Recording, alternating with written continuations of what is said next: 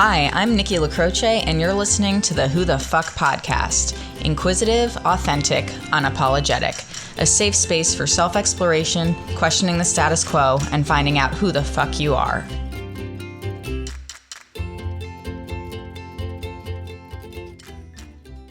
Hey gang, thanks for joining us for the 6th episode of the Who the Fuck podcast. Our guest today is Kaitlyn Kim, and we're going to be talking about Kaitlyn's experience growing up as a Korean American and how it shaped her outlook on life. We met at work during some particularly high-stress times and bonded over our mutual need for comedic relief. Kaitlyn's shoot-from-the-hip banter resonates because it serves as a reminder that it's possible to be keenly self-aware while also being self-deprecating. So without further ado, welcome to the show, Kaitlyn. Why don't you start by telling us a little bit about yourself?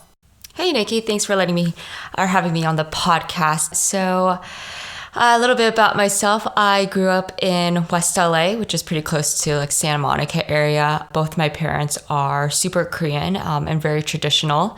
I grew up with an older brother who is about 16 months older than me, and then 2 younger sisters. One is 5 years younger, and then the other is 12 years younger. Born and raised in LA, went to school in San Diego, and then right after moved to Seattle, which pissed my parents off a lot. No, that's good. That's a good jumping off point. You said, that your parents are super Korean. I'm curious what exactly that means. So they hold on to those very traditional values, meaning they are really strict, disciplined, kind of everything that you would think of a Korean culture.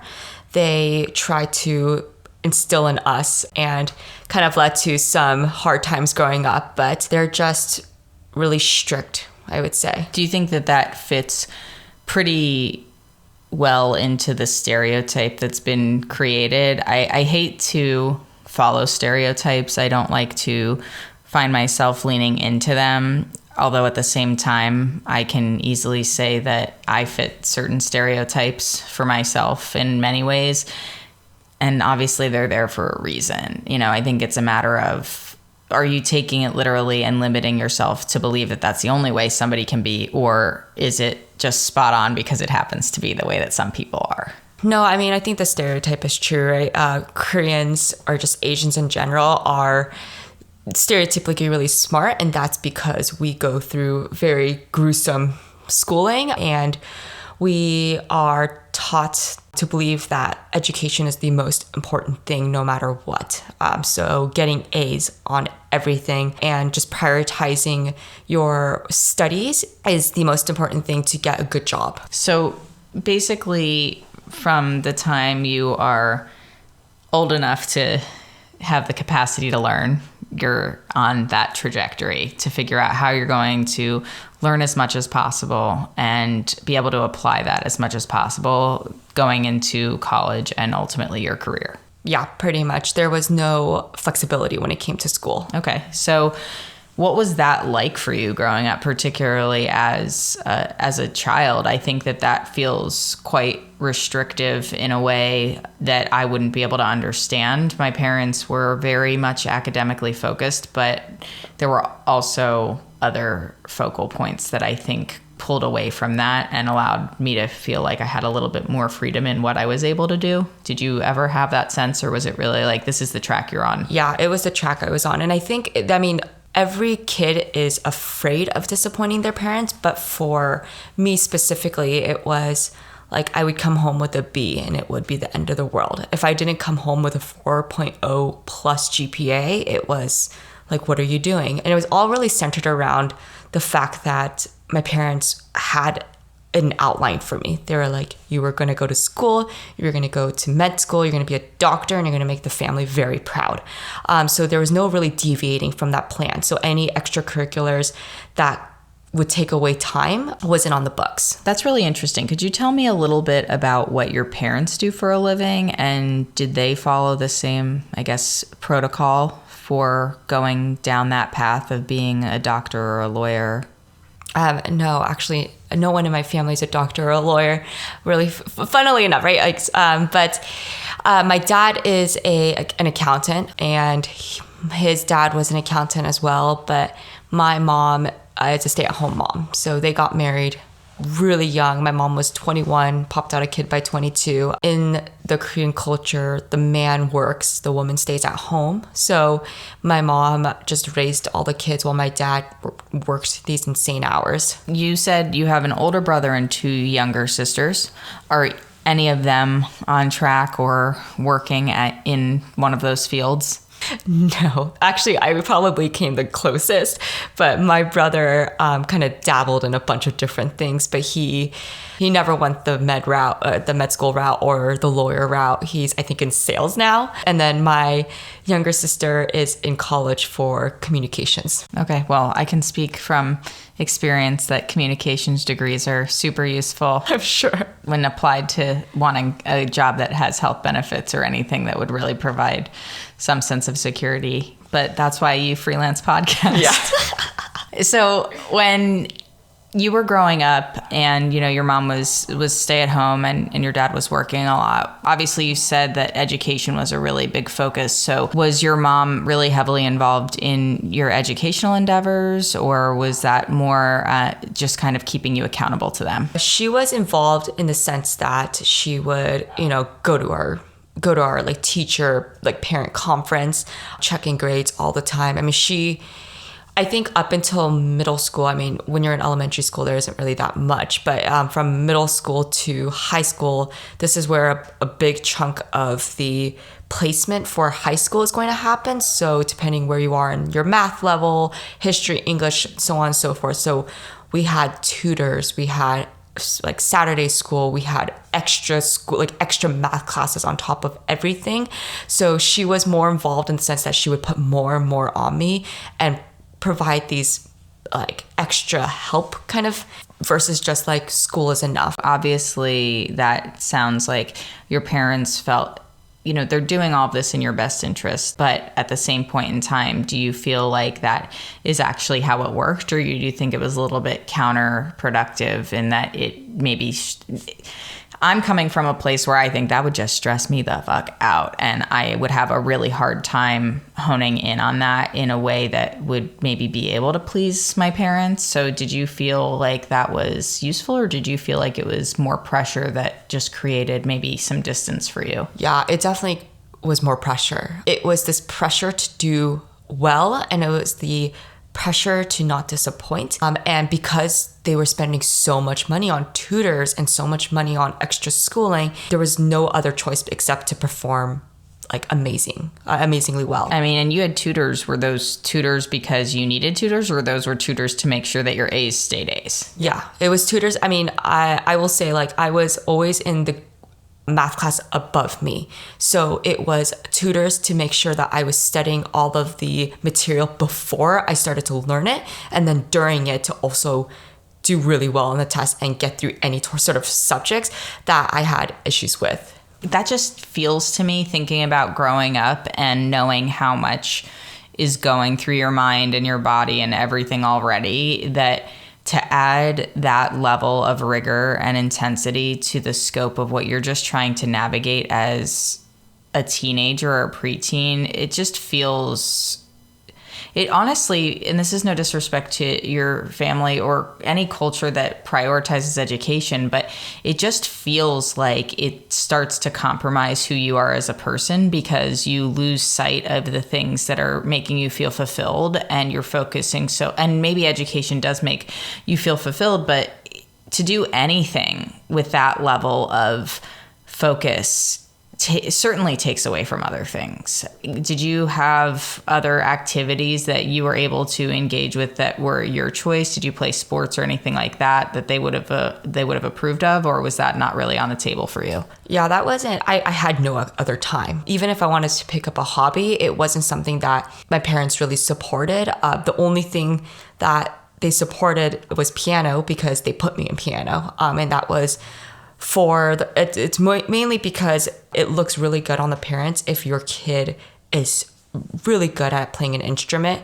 Also, the fact that if I wanted to play a sport, it wasn't really allowed, because number one, it's expensive. Number two, it would take time away from actually studying. And also number three, it just, even if I wanted to play soccer or something, like couldn't, because my shins would be all bruised up and as the first daughter, you can't. It doesn't look good on the parents. So as the first daughter, does that mean that your other siblings were able to play sports or do anything like that? Oh yeah. So my 21-year-old sister, let's go there. It's crazy. I feel like even though there is some of the like male to female, not discrepancy, but you know, like my brother was favored for sure, in terms of the fact that like he got away with a lot more things. There weren't as many consequences. As the first daughter, you are like, it's ingrained in you that you help your parents no matter what. You kind of are the one that stays behind for them. You are the like leader. Because I had two other sisters, it was like I was the second parent. I pretty much raised them. But my 20-year-old sister played volleyball. She did whatever she wanted. No curfew for her, nothing. Talk about bruises. If you're playing volleyball, you're getting beat up. Yeah, and I think it's the fact that me and my brother were so close in age, and then my sister came along 5 years later. So by that time, kind of my parents learned how to parent us, and then they just parented differently with each kid after. I do think that some of that probably came from just what you're saying and your desire to move beyond your limitations of your childhood and the way that you grew up, is that you maybe gave them a little bit more clarity on what it was that would be maybe more fair or helpful to your younger siblings to be able to not deal with some of the things that maybe frustrated you about like not being able to play sports or things like that. Do you think that played in at all, or do you think it was just sort of they shifted gears and it's fine, just go ahead and do it? Well, I will say I was, I think for me versus my brother, I was extra careful about not disappointing my parents, but I voiced that I wish I was kind of like the other kids that were in my grade that got to play extra sports and that got to do all these things on the weekends, and I wasn't like that. So I think my parents started to see that their extremely strict and disciplined ways wasn't gonna work for every child. I will say like my brother probably rebelled a lot more than I did, and then my 21-year-old sister, she was very much like my brother. So, and they saw that. So immediately they put her in private school, like an all-girls private school, because they were just trying to contain her a little bit more and try to focus her studies. And then with the last one, they were just kind of a free-for-all. This is what happens when you come on, just do what you're gonna do. So one of the things that I maybe should have asked sooner was, can you tell me a little bit about your family's experience coming to the States and maybe how that impacted the way your parents parent as well? Yeah. My parents came over here and they grew up in South Korea. So they moved to the US when they were 12 or 13 years old. So they're more like a 1.5 generation is what they like to say. But when they came here, it was kind of that like token Asian like stereotype or slash story of, you know, they came with $100 in their pocket and try to make do with everything. My dad's dad was a military guy, but he was also really strict. So he never learned to speak English. My parents eventually learned because they went to college here. But I think because my grandparents were so strict and they really stuck to their roots, there was really no assimilating for them. So they moved into a very Korean neighborhood, only had Korean friends. So I think that's why my parents stuck to it so much, is because they grew up with only that and they didn't assimilate as well. And they moved us to a predominantly white area. So we didn't have Korean friends growing up. And they stuck to a lot of the very traditional and kind of the cultural parts of the Korean culture, where like we would eat dinner together all the time. There was really no going out and socializing with other people on the weekends because it's kind of family time, or you're studying all the time, things like that. So I see kind of the difference because my mom assimilated a little bit better than my dad did, in that she was really understanding about the fact that we grew up in a really American culture, but my dad it didn't click for him that much. So we would say like, oh, we want to go on a sleepover. And he's like, why? Like, you see your friends at school, why do you need to spend extra time with them? So it was always kind of this divide between like my dad, my mom, and then how my grandparents kind of impinge their opinions on how we grew up too. That raises the question, how involved were your grandparents in your life growing up? Because Korean culture and Asian culture in general, to my knowledge, is very, like you were saying, family focused, but especially when you look at, you know, kind of kids starting to take care of their parents at some point as well. Plenty of European cultures are like this as well. I actually think American culture is predominantly the one that's like, that's fine, you guys figure it out. Thanks for raising me. Good luck with that. But were you close with your grandparents or your cousins or anything? I don't even know. Do your parents have siblings as well that were in the States? Yeah. So, I mean, my grandparents lived down the street from me. So they were kind of involved in our, in our parenting. Like, I would say that my dad's parents were probably way more involved just because my grandpa always had an opinion on what we did. And it was almost like we always had to pass it through to him first before we did anything. And I truly believe my grandpa was the reason why my dad was very, very strict on us growing up, because my grandpa would always be like, you know, why are they growing up with only white kids? Like, where's their Korean friends and all these kind of things. And I think also another big part of my dad's parents being so strict on us was because we were the only kids that didn't know how to speak Korean. All my cousins knew how to speak Korean, but and me and my cousins were all really similar in age. Did your extended family live also in proximity to you guys? Pretty close. I mean, they all lived in Los Angeles for a bit, and then they moved to Washington eventually. Okay. Is that how you sort of like thought to even come here, or was that completely unrelated? Completely unrelated. I mean, I came here because of Grey's Anatomy, and I saw the Space Needle, and I was like, that's the place for me. I love it. It's like a really good, just like finger in the wind decision to make. I would be lying if I said I wasn't a massive Grey's fan when it originally came out. That's a topic for another day. So, you know, you were saying that some of it factored in potentially your parents trying to meet their own parents' expectations, your dad trying to meet your grandfather's expectations, and that you and your siblings didn't speak Korean. Did you ever speak Korean? Was that something that you grew up with in your house and then just stopped, or how was that for you? Yeah, my parents, when we were growing up, we only spoke Korean up until we were probably when we were enrolled in kindergarten. And at that point, my dad said, we're not speaking Korean anymore. You have to learn English because we don't want you to have any sort of accent, because he didn't want us to get bullied. And so they stopped speaking Korean to us, and we only started speaking English, and then we lost it all.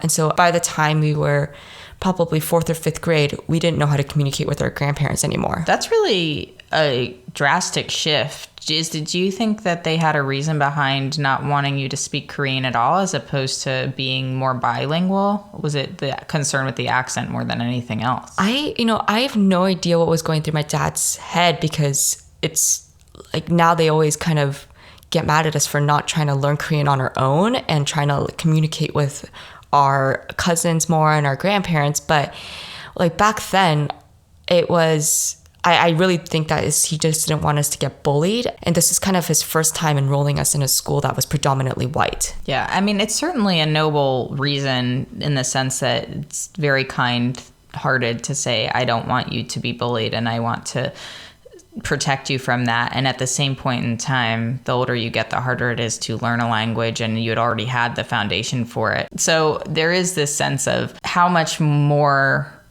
well-versed could you be in communicating had you learned it earlier and been able to keep it in conjunction with learning English, as opposed to having to attempt to learn it ad hoc on your own as an adult. But what would inspire you to learn Korean?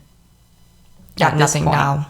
Nothing, because I don't have Korean friends, or I don't have super Korean friends, and I don't talk to my grandparents. I think it's not that I don't talk to them, but I think I've accepted the fact that I can't speak Korean and I probably will never learn to speak Korean, that I just will always rely on my parents to be kind of the translators for me.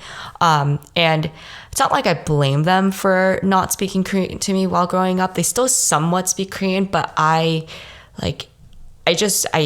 we lost it when we were younger. They never spoke it to us. We never really were... it was never really put in our head that we had to only learn Korean and that we had to speak it like all the time when we're home. So when they spoke English to us when we were growing up, it was kind of like, well, we lost it because we never spoke it. Yeah, and to be completely fair, I mean, that's what most people who have come to America historically have done. My ancestors did it. You could not speak Italian. You could not speak German. You had to learn English because that was the language that you would be speaking here. And I certainly commend the approach to be more multilingual now. I think that there is a much different way of thinking about it now than when we were growing up. And that it is more, I mean, you just hear so many of my friends in Seattle are bilingual Spanish because they come from Puerto Rico, Venezuela, Mexico. Like, they're all over the world and they're able to speak these languages and have conversations with each other. And I'm the gringa who can't understand any of it. And I'm just like, sure, did you say something about a beer or the bathroom? That's about all I know. And so I think, like, just from the language perspective, that creates a little bit of a barrier between yourself and your family and probably your culture as well. Do you feel like that's accurate? Oh, 100%. I mean, we were probably the least favorite grandkids because we didn't speak any sort of Korean. So especially on my mom's side, my mom's parents, my mom's dad is always so mean to me and my siblings because none of us really know how to speak Korean or communicate with him. So he kind of always calls us like he'll call me like a little brat in Korean. That's just kind of like, that's how my relationship with my grandpa, my mom's side, it was a very like surface level, but it was a lot of him kind of yelling at my mom for us not speaking Korean and not being more kind of ingrained in that culture. And I know it was hard for my mom because, you know, we're growing up in a super predominantly white area. So she doesn't want us to feel left out. But at the same time, how much does she keep pulling us back? And especially because my mom and my dad have a little bit of different parenting styles. It was hard for them to be on the same page when it came to kind of Korean culture part. So I feel like you have enough challenges as a parent to align with each other on anything, let alone if you have something that is so deeply important to you both, but you have some philosophical differences on, and then you're trying to relay that to your children. Yeah, but it was always my dad's way. So even though they had different parenting styles, whatever my dad said, it went. Yeah. Speaking to your comment earlier about that really being the hierarchy in a Korean household. Yeah, it's whatever my dad said, and it's always very like, and it's different now, but it's like women should be at home. It's kind of what I remember growing up with. Yeah. So you've talked a bit about what it was like for you feeling the impact of being Korean in your Korean home. Mm-hmm. What was it like for you when you were younger and you were in school and you said you were growing up in a predominantly white neighborhood? Do you remember when you first felt a sense that you were different in some way? That you were, like I said earlier, like I didn't want to use the word minority because it feels taboo, but it is really just such a small percentage of the United States that is made up of Korean Americans. So do you have a recollection of when that moment really came to fruition for you? Like, this is something that I feel maybe is a bit isolating, or was that even the feeling that you had? Yeah, I would say I probably felt it the most in middle school. I went to school in Brentwood, so I think there were 3 other Korean kids in my class, and they actually they didn't really grow up Korean American. They grew up very Korean, so they didn't speak English that well, but it was always, I remember getting comments like, oh, like Kaitlyn should just kind of be grouped with all the other Korean people just because like that's who she looks like. I remember just the cliques and just like the little groups in middle school where I had maybe like 3 or 4 white friends, but for the most part, people were always like, oh, just go over to the Korean table. It's so just like unbelievably naive and not surprising. I mean, we've all seen Mean Girls, right? But they're always lumping people together in that way. And it's not something that I personally had to deal with growing up surrounding the way that I looked necessarily. I mean, I got bullied and projected upon for different reasons for how I looked. But it was never something that I could walk into a room and you're like, that is the obvious difference between this person and this other group of people. And I've had this conversation with my friends who are biracial or Black as well. And for as much adversity as I've faced in my life for other reasons, that is just something that really is so far removed from my capacity to understand, is that like, if you look in a mirror and you look different than somebody else in enough of a way, that's going to start to define who you are to them without them knowing you at all. And did you feel like that was limiting for you in terms of getting to know people and building friendships? Yeah, I think people always just refer to me as the super smart Asian girl. I mean, there's worse. Yeah, well, no, there totally is worse. But I just remember there was a Korean clique at my middle school they were very Korean. But they actually hated me because they said that I was a banana, like I was too white to be Korean. And I think it's because I did so much to fit into the cliques with all the white girls. I would do things like try to dye my hair a little bit blonder so I can fit in with them a little bit more. And if they got a certain haircut, I would get the same haircut because I didn't want to look too Asian. And I remember the day that I got bangs, and I thought it was supposed to be side bangs, but it was like real bangs. And I looked the most Asian I've ever looked in my life. And I just was terrified of going to school because I was like, oh my God, I'm going to look so Korean.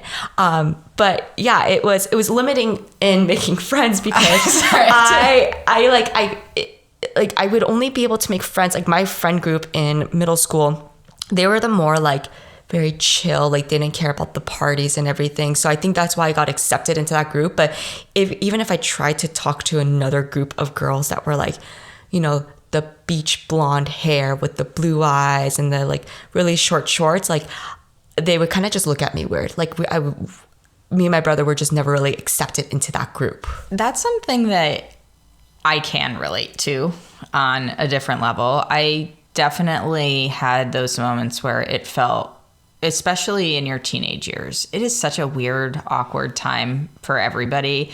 And so the people who are very cliquey like that and very unaccepting tend to be the ones that later in life you can look back at and be like, good thing I didn't fall in with you, I guess. But at the time, it's very disheartening. And I had, the way that I dressed, the way that I behaved in certain ways. I mean, people were predicting my lesbianism before I ever came out. So it was not really smooth sailing for me in middle school. But that similar feeling of how do I fit in? What can I do to feel like I belong here? And what's scary about that, and honestly, part of why I started this podcast to begin with, is being more forgiving of ourselves for wanting to be so like everybody else when being who we are is actually the most important thing. The idea that acceptance has to happen because people are the same is so archaic. I think there's predispositions to it, like you were saying about your parents, and this sense of we're Korean, let's live in a Korean community and take on Korean culture and really embrace that.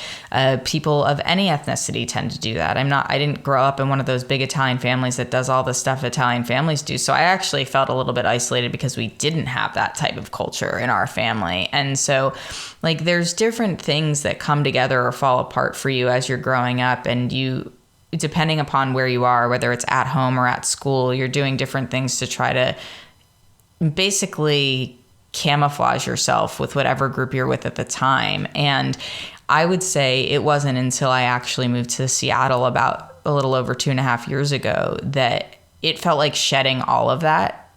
It was asking myself what I really wanted, what I cared about, and what was important to me in terms of being authentically who I am, and what would I do to be able to project that more than this need to fit in with everybody else.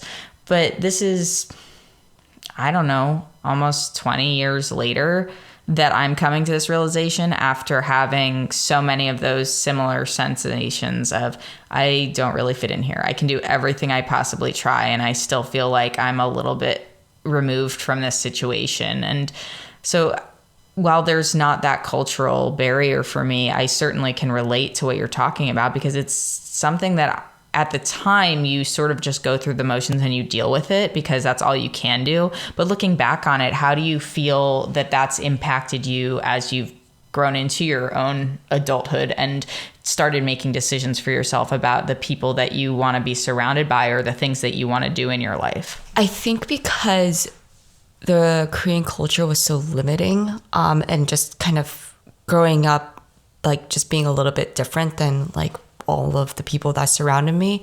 And the fact that I really, really wanted to fit in, I only made friends with white people. Like I only ever dated white people, like all of that. It was like I really rejected my Korean culture, to the point where I'm just like, I don't want to learn Korean. I don't really care about it. Like I don't like going to a Korean church, any of that, because I didn't really want to like be labeled as that. And then when I moved to Seattle and I was finally kind of able to be myself, I think a big part of kind of being away from my parents' influence, I was like, all right, it's kind of okay to be Korean, but I still pretty like predominantly have white friends.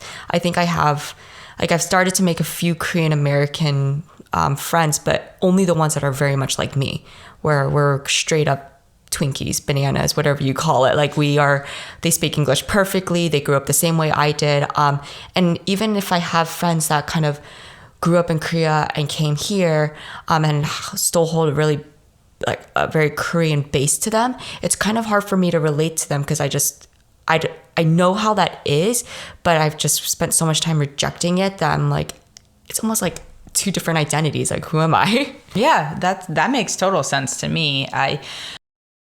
The closest I can come to it is thinking about my sexuality and growing up with like a group of people who knew me for so many years. And I was in a place where I was never going to be out. I didn't feel comfortable with it. I didn't want anybody to know, even when I lived there, when I was out, when I was married.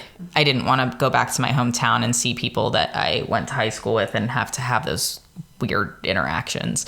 So I totally get what you're talking about in that respect. It's very interesting to see how you sort of splice your life to fit where you are. And even when you're authentically being yourself, I do think that there is some sense of, it's more about the level of comfort that you're talking about, right? Is that it's not as much that you're rejecting Korean culture now, because it's less about defiance and more about now it just doesn't really fit with your lifestyle, because that's not how you basically raised yourself in that capacity, right? Like you grew up with very strict guidelines. This is how you're going to do things. This is where you should fall on the spectrum of your Korean culture. And by pushing away from that, you were able to say, okay, this is who I am. This is the life I'm defining for myself. But there's still something that inherently draws you back to what you grew up with. Yeah, definitely. I mean, even now I think about it and I think about like, who am I going to marry? And my dad is pretty strict about, you only marry a Korean man. That's it. You don't marry outside of the Korean culture. No one else is okay. So even when I brought home my first Korean boyfriend, like, and we did not mesh well. We were like complete opposites. Was he, as you would define, super Korean? Yeah, super Korean. Like everything that you think about a mom, like putting their son on a pedestal, that was it. Okay. And I was like, cut it out. I'm out. But even like, I could never just bring home whoever I wanted. So even in the dating world now, for me, I'm like, there's always something in the back of my mind where it's like, I have to bring home a Korean guy. It can't be anyone else. So now I'm on the hunt for like a Korean American. But it's like kind of that, like you're saying, the pulling back where I reject a big part of it, but it's kind of instilled in me that I need to still, make my parents happy, and I can only bring home specific types of people and only tell them specific types of news.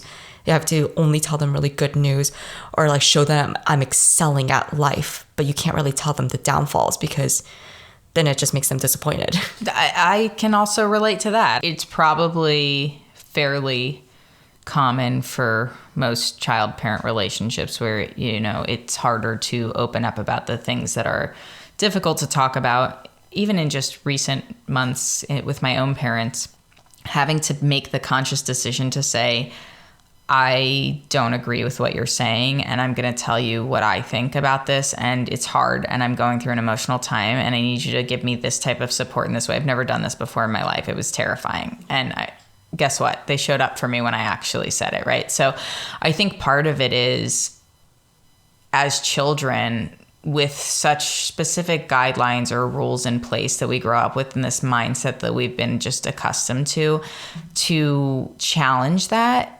feels like a disappointment. To say to my parents, I want to talk more openly about things that are hard for me to talk about, which I don't want to talk to anybody about to begin with, was such a big thing, because my parents have said my entire life, like, you can talk to us about anything.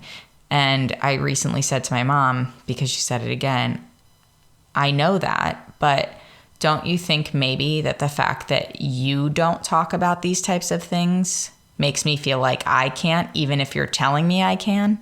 And it's a little bit of that like lead by example mindset, which it sounds like a little bit in that way too for you, is how can I explain to you that I have a difference of opinion or a different feeling about this? Maybe it's not good news. Maybe it's something that I'm struggling with, but I don't want to disappoint you. And if disappointing you is what's always at the forefront of my mind, how am I ever supposed to do what I really want that's best for me? Because I'm afraid that that's going to create distance between us. Like, is that something that goes through your head when you are in those moments where you're giving them good news, but you're maybe feeling something else? Like, do you have that kind of push and pull with yourself, with your engagements with your parents? Or are you sort of like, I just don't talk to them about it, it is what it is? I would say I'm probably closest to my mom, so I am a little bit more comfortable. And as I've gotten older, I have been more comfortable telling her kind of the bad things, or if I'm struggling,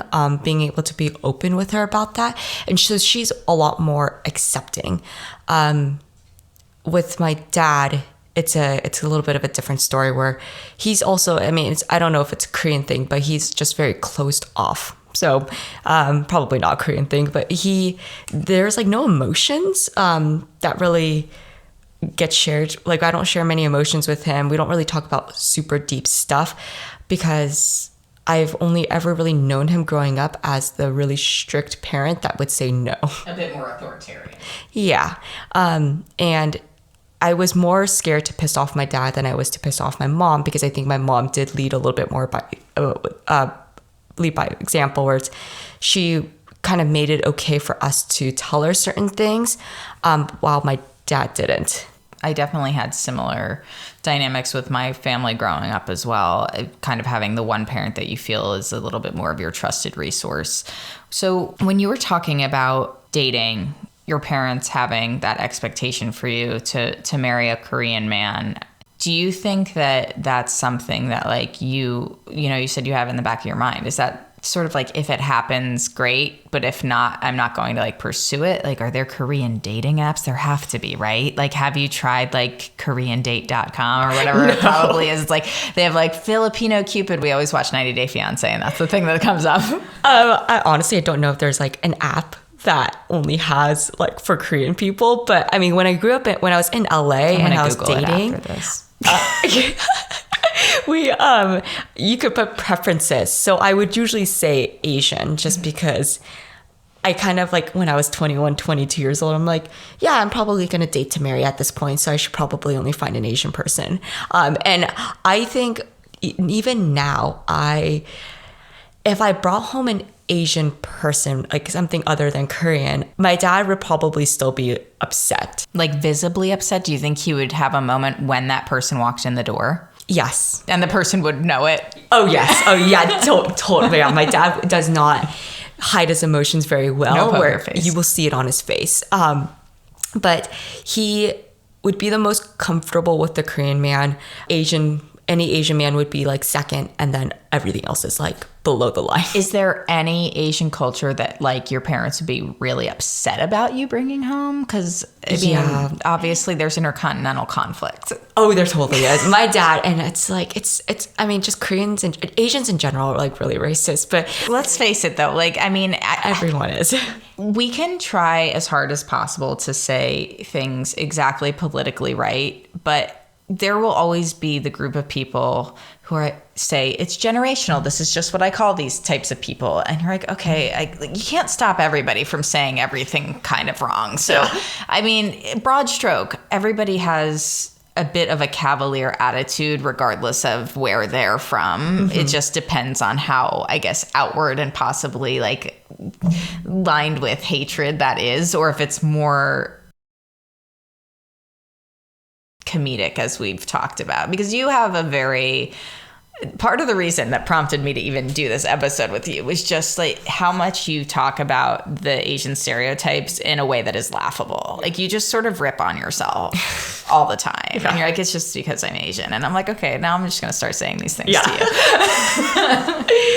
I mean, I always say like, if you see a bad driver on the road, it's probably an Asian woman. But I always tell people I'm an awesome driver because I grew up in LA. So it's like, I can get from point A to point B in like 2 minutes less than what Google Maps says. I love it. And you're like, it's fine. I've hit 3 cars on the way, but nobody's counting those. Exactly. Because I'm an Asian woman, so it's fine. But I guess in terms of like my dad, who I bring home and like the Asian culture, like number one, like he would want a Korean person. Number two, like I would say like Chinese would probably be the closest thing. He'd be mad, but like Chinese would be second, or Japanese. And then kind of everything else falls like, it's not even 4, 5, 6. It's like 10, 11, 12. And that's like, you can bring home the Korean American. Yeah, I can bring home the Korean American, but he wants to be able to like speak Korean to them. He wants to make sure that they have a really good background. Their parents are good. The number one thing is always they need to have a good job. Their parents can't be crazy, and they can't come from a broken family. And it's because they are so set in this idea that if the person I marry has any of these faults, it's just gonna come into my like proliferate. Yeah. Interesting. I find that I can understand wanting a good job. I can understand not wanting crazy parents, crazy in-laws. Guess what though? You can't stop that from happening. Like, unfortunately, there's too many stories out there. It's like, it doesn't matter. You don't get to pick those people. But the broken family, basically being a child of divorce is what that sounds like, right? So what is that outlook in Korean culture? Is that just say you don't get divorced? Yeah, you don't get divorced. My parents are very much the type that when you marry someone, you marry them and you're stuck with them. Like there is no divorce option. So even when my dad's friends were getting divorced, you can tell that there was a little bit of a you don't want that kind of attitude. And so for me, he wants us all married once, and that is donezo. Yeah. That's a lot of pressure too, especially if somebody's to be in an unhappy marriage and ultimately having to make that choice. I imagine, there's a lot that goes into making a decision to leave a marriage in general, let alone if you're feeling additional pressure from your family. So do you feel like that has added to you feeling pressure when you're dating? Like, if I'm going to marry this person, you better be the right one. Like, don't fuck it up. Oh, 100%. I probably wouldn't introduce anyone to my parents unless I knew they were going to be accepting of it, because I wouldn't want to put the boyfriend through that. I would feel so bad doing that to him. So it does put a lot of pressure on it, which is why when I first moved home and I was dating, I would only look for specifically Korean Americans because it was like, this is who I'm going to marry, and I don't want to date outside the circle because there's no use, because my parents will never accept them. Yeah. So why waste my time? So I have a question about Korean culture then and homosexuality, because I'm not familiar. I feel like I know the answer, but talk to me a little bit about it, because I don't want to be presumptuous, but the look on your face right now is about to tell me a lot. And a lot of it, I'm pretty sure a lot of other cultures probably have this and they're not as accepting, but homosexuality is not a thing. My dad when my brother got an earring, my dad just flipped out. He's like, what if people think you're gay? And it's like all these things. And it's my brother was like, it was never really about that. It was because all my friends are getting it and I want to fit in with them. And I don't think it's a bad thing. And my dad's like, no, you need to take it out right now, because think about how people are going to perceive you and how it's going to make us look. So I think a lot of that is just because my grandparents were very strict about that. It was man and a woman. They're traditional. So I think there's a lot of different factors that play into it. But I'm telling, like, if I try to come home with a woman, my dad would be like, you're disowned. You're no longer in the family. We're not talking. Like, we're cut off. That to me is sort of like the ultimate fear to have when I was coming out. And I was pretty sure that wouldn't be the case. My parents and I had a lot of turbulence during that whole period, but there was never a moment where that happened. And I asked that question particularly because I think that there is definitely, culturally speaking, like that is a very definitive thing. And if I were growing up in plenty of other European cultures as well, I mean, I'm not going to restrict it to Asian cultures, but there's just a lot of places where you can live where it's like your parents are saying, we want you to date and marry a Korean man. What if it was a Korean woman? And you're like, I'm not gonna marry a Korean man, but she's Korean, guys. I got half of it, right? Like, no, it needs to be the man first, and it could go through all of the races first, and then it's the woman. It's like that's the bottom, or I just don't get married at all. Yeah. They just don't accept it. You're like, okay, literally, like, have you gone through every single country that has any sort of no, pretty much. Population? Yeah, you need to have a PP, and then my dad's like, that's better than a VV. So. Oh my God. So you have talked a lot about kind of trying to escape the culture to feel more aligned with who you are personally. And is there a part of you now that you've separated, like you have some more distance between you and your family in terms of just literal locale? Do you feel more proud of your heritage now than you did when you were younger? Or do you still feel like you're just sort of, it's part of you, but it isn't very definitive for you? Yeah, I think it's the latter. I think after moving here and not being super close to them, I still don't really relate to it. I will every now and then go get Korean food, and, like the server will always try to speak to me in Korean because I look Korean, and I just respond in really broken Konglish. And so they're like, oh, you don't speak Korean? I'm like, nope, I don't. And I'll try to say it in Korean, and I'll say, yeah, I don't know how to speak Korean very well, but they always kind of give me a look, and it's almost like they're disappointed that I don't speak Korean. Like, how dare you not speak the language? But even now I'm finding out who I am and kind of what I like. And I say I'm an alpha female, and I joke about it, but it's because Korean women are usually pretty submissive, and I completely trying to like block that out completely. And I try to do everything opposite of that. Oh, I can attest to that. Just professionally speaking, you're very much a go-getter. You're somebody who has a lot of capacity to do on your own, and I really admire that about you. You have a great attitude and you're very self-sufficient. And when you made the comment earlier that when you were in your early 20s that if you were dating, you would date to marry, it's like, it actually shocked me to hear you say that, because it's surprising to me that like you would even have that inkling in your brain, knowing you not in that mindset now, like having years have passed and you're independent, you're very much, I'm living my life for me, which I admire. And I wish in my 20s I had the capacity to really be as well thought out about it as it sounds like you are. And I think maybe some of that came from just your experience growing up and wanting to figure that out sooner than later. Yeah, it was almost kind of like the tether, and it broke finally. And I was able to just like start like becoming myself without this influence of what you were supposed to be as a Korean and growing up with Korean families. So it definitely is not as much pressure being here in Seattle, and my parents not having kind of the final say on everything I do. But it's also the financial freedom of my dad would kind of always hold that over me. Like, you live under my roof, it's my rules, my money. And as soon as I got away from that, there was no hold anymore. There was not that like, you can't do this. I mean, I will say like the sort of tiger mom, tiger dad influence. I was going to use the phrase, and then I was like, I don't think I should say that first. It's there though. It is. If I call them with anything, any sort of news, I can always expect a little bit of the tiger-ness to come out. But I'm just not as afraid anymore. Yeah. I will say though, like when it comes to certain things like who I marry and kind of how I present myself, I will always still think of my parents, but I think that's just anyone in general. I mean, I certainly feel that way.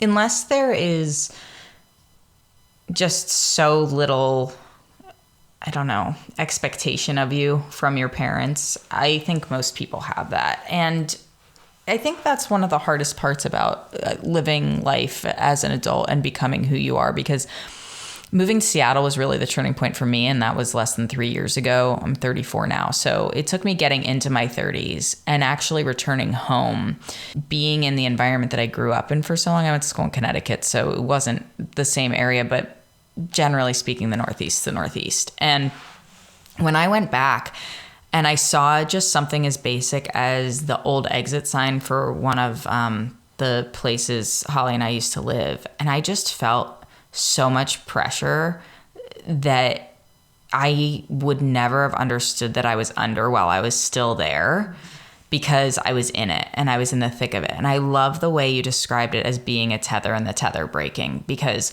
my entire life I spent trying to get out of Pennsylvania. I think that when you're in a place for so long where people are very similar, or the way that they think about things is very specific, and you just become sort of an extension of that, whether or not that's what you want, it's really hard to pull yourself away from it, no matter how hard you try. Like I mentioned earlier, I mean, I graduated when the economy crashed, and I had every intention to move out to California immediately and pursue a film career. And it was like, no, I need health benefits. Like you couldn't be on your parents' insurance at the time. So it was like, I don't want to be like living in a box and being afraid of, God forbid, anything happening to me and just trying to make it. And so I opted for more stability. And by doing that, I kept myself in place for a really long time. And I could not be happier that this happened. I just wish it had happened sooner, because I would have loved for that tether to have been cut 20 years ago, 25 years ago, 30 years ago. I don't care. I knew that I didn't belong where I was.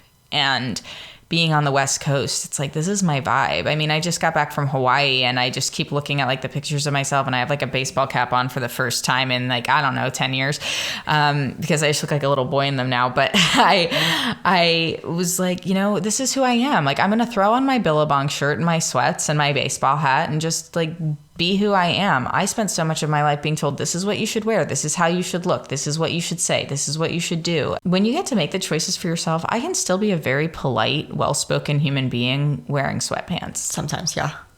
It depends on the day. Sometimes I'm just profane and annoyed, but it really depends on who we've had meetings with. Well, people ask me if I'm going to move back to LA, and I say never. That's what I've said too. Holly and I are like, would you move back to the East Coast? No. And it's a big part of it is because I want to keep that tethered, the tether broken. Sorry. Yeah. Because if I go back to LA, I'm not far enough from my parents. That the influence will always still kind of be there. But just like growing up there, it just almost would just bring me back to when I felt like I had to always just succeed and not ever fail there. But then here, it's just, I don't have that extra set of pressure. And it's really like, now I'm just kind of me against myself. Like I just have to keep pushing myself, but for myself, not because my parents are in my ears and they're like, yeah, you do this, do that. Like you can still be a doctor. And even when I first moved here, my dad's like, there's always a chance. You're not too old. You can still be a doctor. And it's like, dude, I got a job. I'm doing fine.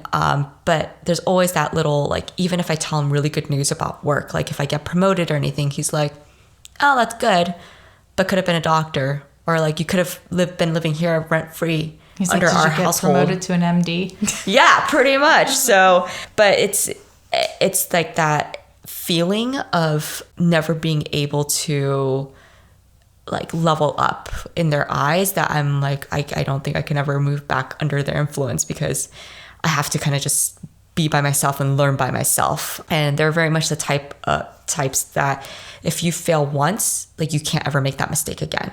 And I can see myself kind of adopting that as well. Do you think that you put in an extraordinary amount of pressure on yourself, even with the distance, because that's the like sort of ingrained in you? Yeah, totally. It's just, it is ingrained in me that it's so hard to break away from that. And that's the mindset that you don't ever you just can't even make a mistake, I think is what drives me to always like do better. But it's almost like a vicious cycle where it's like, I get into like the analysis paralysis where I'm like, oh, if I do this, I might fail, but what's the best path forward? Basically trying to have a contingency plan for everything. So if I fail, then I know that at least I have a backup plan. I'm very similar to that. I would say partially because of my parents and their expectations of me. And the other part of it is just me being me. Like, I'm neurotic. I want things to be done right. I actually was saying to somebody yesterday that I want so badly to be perfect at everything right away, even though logically I know that's not possible. It's not even realistic. Like, nobody's perfect at everything right away, but it stops me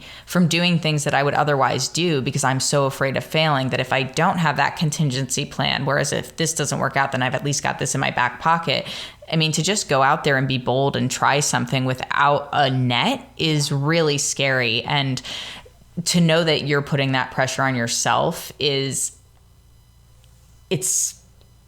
I want to say it's freeing in a way, because you know it's not coming from somebody else, but at the same time it also holds you captive, because I think for me, at least personally, it restricts me from doing certain things that I might have done sooner. Like, honestly, even this podcast, like, to fail at this is just not an option for me. And a contingency plan is me going back to my day job for the foreseeable future without any sort of idea of how I'm going to keep moving forward with something I can be more passionate about. Do you think that the pressure that you put on yourself is something that has helped you accelerate in your career in the way that you want? Or do you think that it's possibly been limiting because you're maybe not even exploring all of the potential that you have because of that fear of failure? I would say it's the latter more, just because I have that pressure. I have the pressure on myself to not fail, that I won't try new things. However, I do think that kind of the first step of like moving from LA to Seattle and just doing a one-way trip or a one-way flight was kind of the first step that I took. I was like, it might fail, and I don't have a contingency plan because I quit my job and I sold everything, that I was like, all right, well, I can do it. And I did it. And it was kind of proved to myself that it's okay to take these sort of chances. In my career now, 100%, where it's not even just like I'm afraid to fail and I'm afraid to start new things, but it's because a big part of it is because I don't want to disappoint people. And another part of it is also just because like I don't know what I don't know. We're really similar in that way. When Holly was asking me if you guys had met yet, and I said, yeah, I think you guys met really briefly one time when you were at our place before. I said, I really enjoy talking to Kaitlyn because I feel like you remind me of myself in the least narcissistic way possible.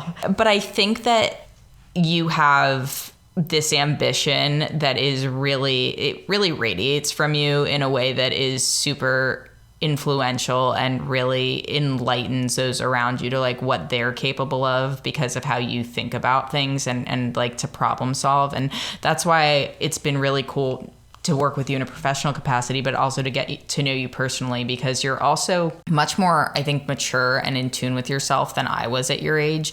And to be honest, it's probably because you are spending time with yourself, learning about yourself and giving yourself the chance to really find out who the fuck you are.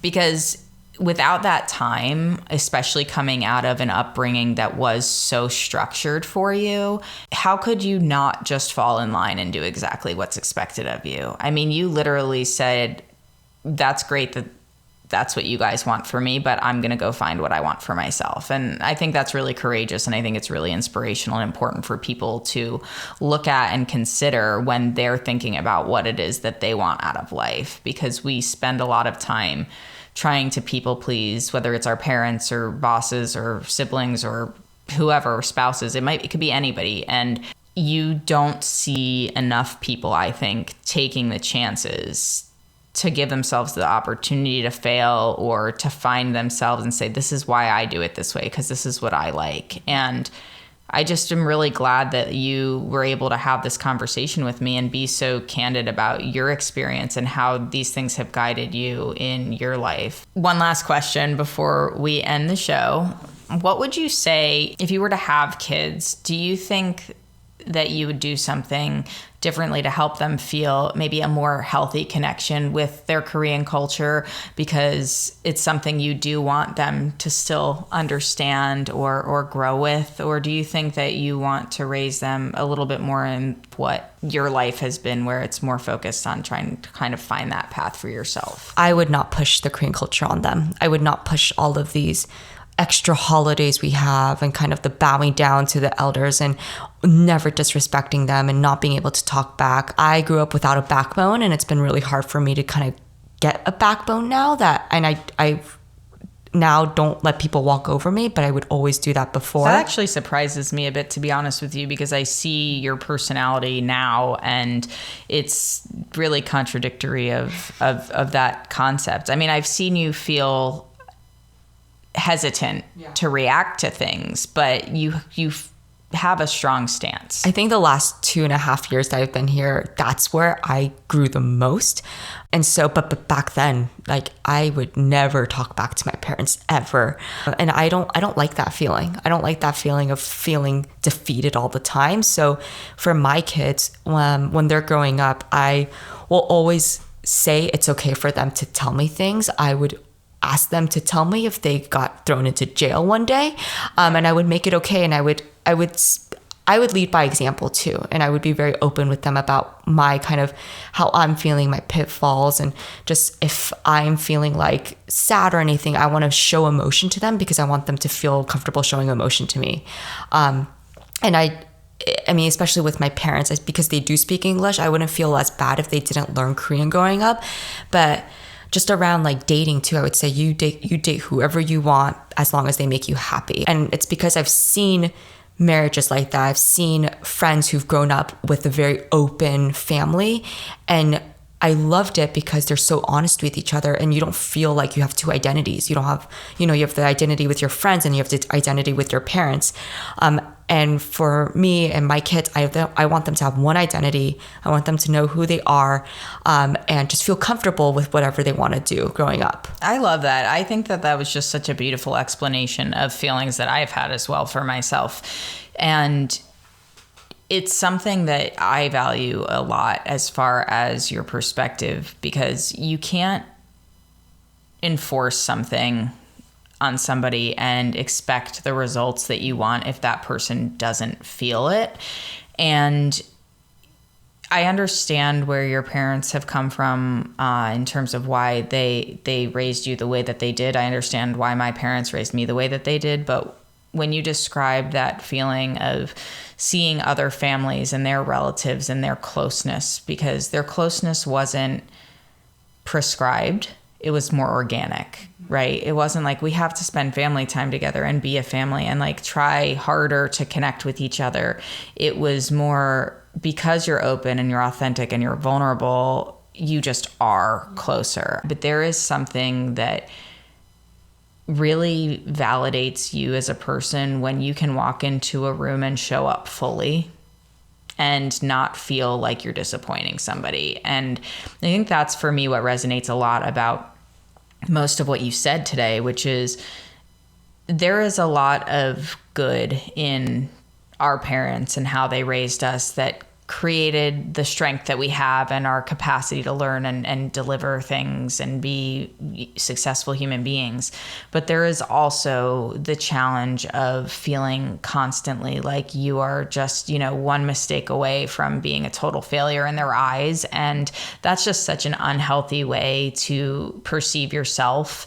And whether or not that is truly how they would feel, the fact that we sense that and our anxiety is bred from that potential feeling is just not the right way to go about your own life. And so I really applaud you for making the changes to your own life that you needed to find yourself in a healthy way, to be able to create a world both within you and around you that gives you some sense of humanity and that like unique connection to yourself that you didn't have growing up, and that it sounds like you really sought with others to try to collect, how do I fit in here? What's the right thing for me to do? How should I look? What should I be doing to make sure I'm, checking the boxes for whoever I'm around? And that's so relatable to me. It's not fair that we grow up, many of us, with that mindset, regardless of the reason as to why. Yeah. We feel like we don't fit in when we're just who we are. And everything that you've said about who you are now and your ability to grow from who you were as a child and teenager, it just says a lot about you as a person, that you have strength that is admirable and a very strong ethic to prove yourself to yourself, and that you don't owe an explanation to anybody except you. 100%. I really appreciate you joining me for this episode of the Who the Fuck podcast, Kaitlyn. Well, gang, that's all for this episode of the Who the Fuck podcast. Thanks for listening, and a big thank you to Kaitlyn Kim for sharing her story and her time. Make sure you subscribe to the podcast on your preferred podcast platform like Spotify, Stitcher, Apple Podcasts, Google Play, and more. Share your email address at whothefck.com to receive important podcast updates. And if you're interested in being a guest, visit whothefck.com/contact. Until next time.